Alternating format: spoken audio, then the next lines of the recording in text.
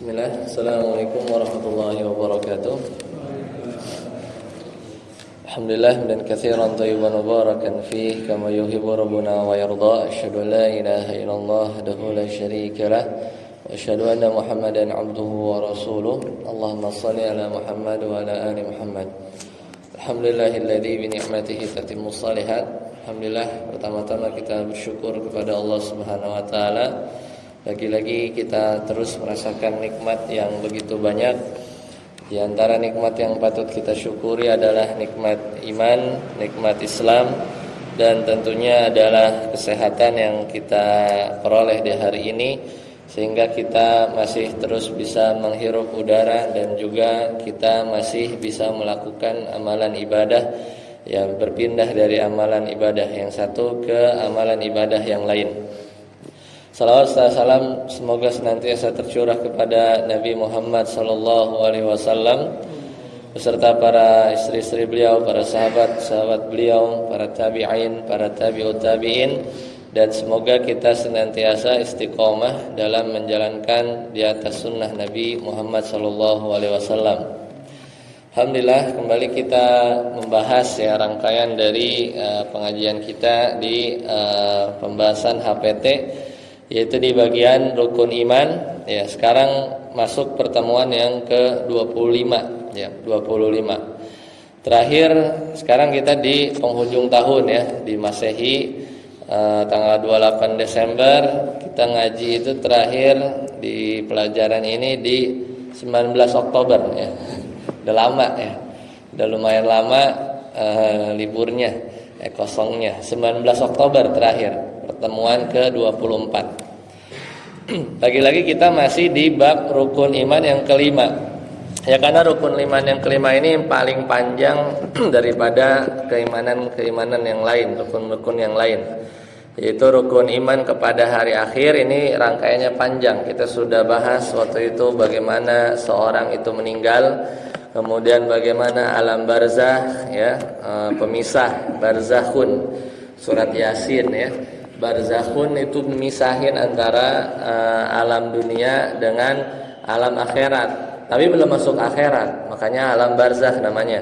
Kemudian kita juga sudah bahas tentang fitnah kubur waktu itu ya, di mana di kuburan itu, bukan di kuburan, di alam kubur itu ada azab dan nikmat kubur, dan juga ada sebagian kelompok yang menolak azab kubur itu tidak ada, itu tidak tepat.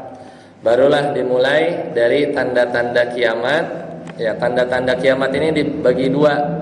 Ada tanda-tanda kiamat yang kecil, ada tanda-tanda besar kiamat ya besar. Ya, jadi kemarin kita baru bahas tanda-tanda kecil hari kiamat.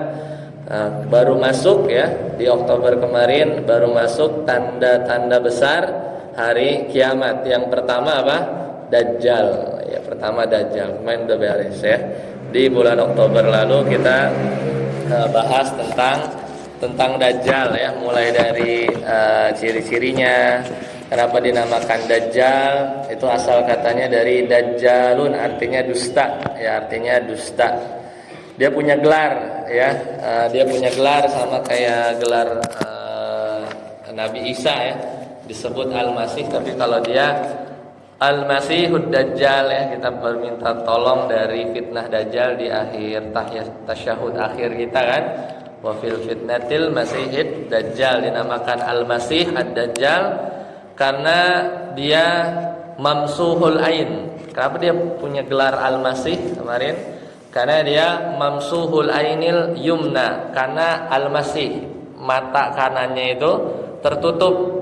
Jadi seolah mata kanannya itu kulit semua, makanya disebut Al-Masih. Ada tadi kan setelah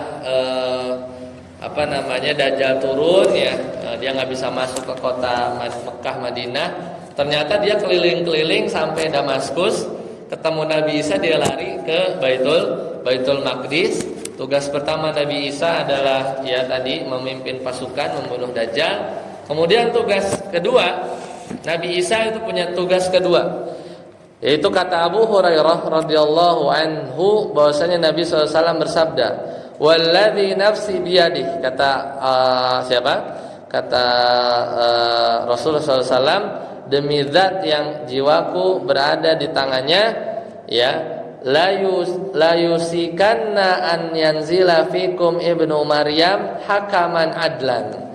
Sungguh telah dekat, yaitu masa-masa Nabi Isa bin Maryam akan turun di antara kalian sebagai hakim yang adil.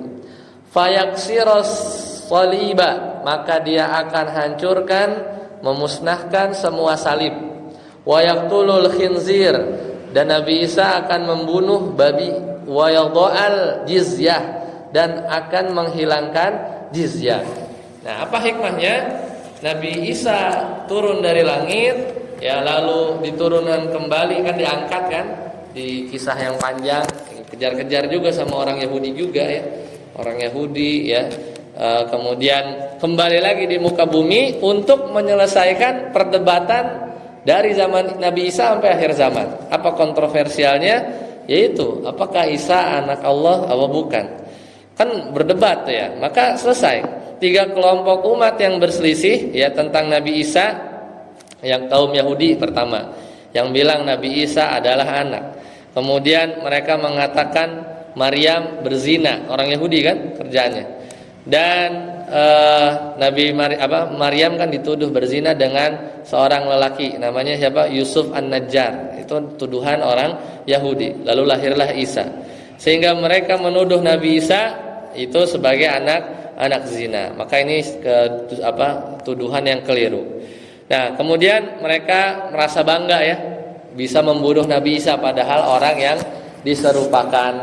Nah, beda dengan kaum Nasrani bahwa dia bilang Nabi Isa adalah anak Tuhan, ya, bukan anak zina. Namun yang benar adalah beliau adalah hamba Allah. Jadi ada 3 kan, umat Islam, Yahudi, Nasoro. Maka dengan turunnya Nabi Isa ke muka bumi selesai. Mana yang benar selesai. Yang di antara kebenaran adalah kaum muslimin. Buktinya apa? Di antara tugas Nabi Isa yang kedua adalah beliau akan menghancurkan as-soliba, yaitu apa? Salib-salib itu akan beliau hancurkan. Kemudian yang ketiga, yaitu apa? Yaqtulul khinzir. Nabi Isa di antara tanda akhir zaman bahwasanya, ya, disebutkan, ya, ada babi-babi yang masih ada di muka bumi, kemudian dimusnahkan semuanya oleh Nabi Isa. Kemudian yang ketiga adalah mengangkat jizyah. Jizyah itu apa? Jizyah itu adalah upeti, kan. Kalau negeri Islam ada orang-orang kafir yang tinggal meminta keamanan, dia bayar macam pajak, ya, namanya jizyah. Nah, setelah Nabi Isa turun, jizyah tidak ada lagi. Ya, tidak ada jizyah yang dibayarkan oleh orang kafir, ya, yang tinggal di daerah kaum muslimin, ya. Tatkala Nabi Isa turun, itu semua diangkat, ya, ikut aturan Nabi Isa. Dan ketika itu aturannya kaum muslimin tidak perlu menerima jizyah lagi. Dan kemudian Nabi Isa menjadi hakim yang adil, ya, menjadi hakim yang adil, ya. Dan di sebagian riwayat, ya, Nabi Isa itu hidup selama 40 tahun, ya. Jadi lama, ya. Jadi Dajjal 40 hari, tapi rasa 400 hari, kan, hampir setahun lebih. Adapun, ya, karena di sini udah fase-fase umat muslim, ya, yang berpuasa. Sebagian riwayat Nabi Isa itu hidup selama 40 tahun. Di riwayat yang lain, ini ikhtilaf para ulama, beliau hanya hidup sekitar 7 tahun, ya. Adapun maksud 40 tahun bahwa Nabi Isa itu menyempurnakan memang jatah umurnya. Jatah umurnya itu 40 tahun. Karena saat beliau diutus sampai beliau naik ke langit, diangkat, umurnya baru 33.